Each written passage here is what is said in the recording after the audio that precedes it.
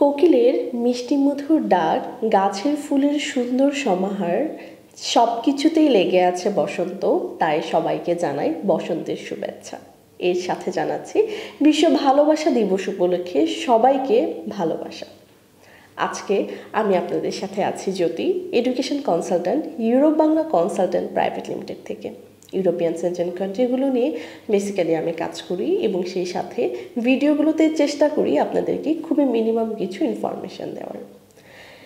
সেই মোতাবেকে এবং যেহেতু আমি ইনফরমেশন দিতেই ভিডিওগুলো করি, তার ব্যতিক্রম না করে আজকের ভিডিওতেও আমি এসেছি আপনাদের কাছে কিছু ইনফরমেশন দেওয়ার জন্য। বিভিন্ন দেশ নিয়ে যেহেতু আমি কথাবার্তা বলি, আজকে কথা বলবো লিথুয়ানিয়া নিয়ে।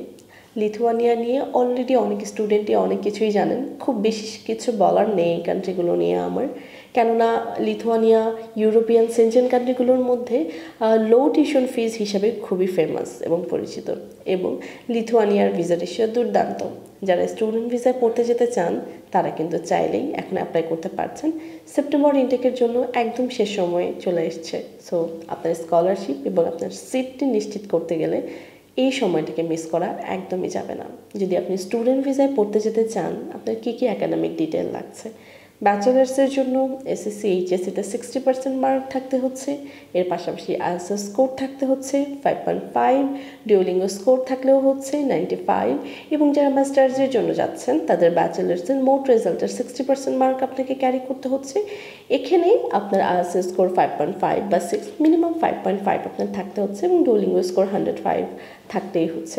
এটা হচ্ছে আপনার প্রথম এবং প্রাইমারি রিকোয়ারমেন্ট আপনি বলতে পারেন। এবং এখানে একটা ছোট্ট ব্যাপার আছে, লিথুয়ানিয়ার জন্য কিন্তু আপনাকে নেপাল যেতে হয়, কিন্তু এটা নিয়ে ওরিড হওয়ার কিছু নেই, কারণ নেপালে আপনার গিয়ে খুব বেশি দিন থাকতে হচ্ছে না, ইন্টারভিউ দিয়ে আপনি পরের দিনই ব্যাক করে আসতে পারছেন।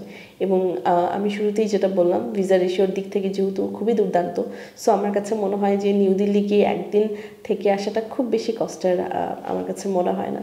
যারা লিথুয়ানিয়া নিয়ে এখনও চিন্তাভাবনা করছেন, আমার কাছে মনে হয় যে তারা যদি অফিসে এসে কাউন্সেলিংটা নিয়ে যান, সেক্ষেত্রে আপনার ডিসিশন নিতে সুবিধা হবে। আমাদের কাউন্সেলিং এবং অ্যাসেসমেন্ট ফুল ফ্রি। আমাদের অফিসের অ্যাড্রেস আমি ডেসক্রিপশন বক্সে দিয়ে দিচ্ছি। যারা আমার সাথে কথা বলতে চাচ্ছেন তারা চাইলেই স্ক্রিনে দেওয়া নাম্বারে আমাকে কল অথবা হোয়াটসঅ্যাপ করে যোগাযোগ করতে পারছেন। আজকের ভিডিও এ পর্যন্ত। সবাই ভালো থাকবেন, সুস্থ থাকবেন। ধন্যবাদ সবাইকে।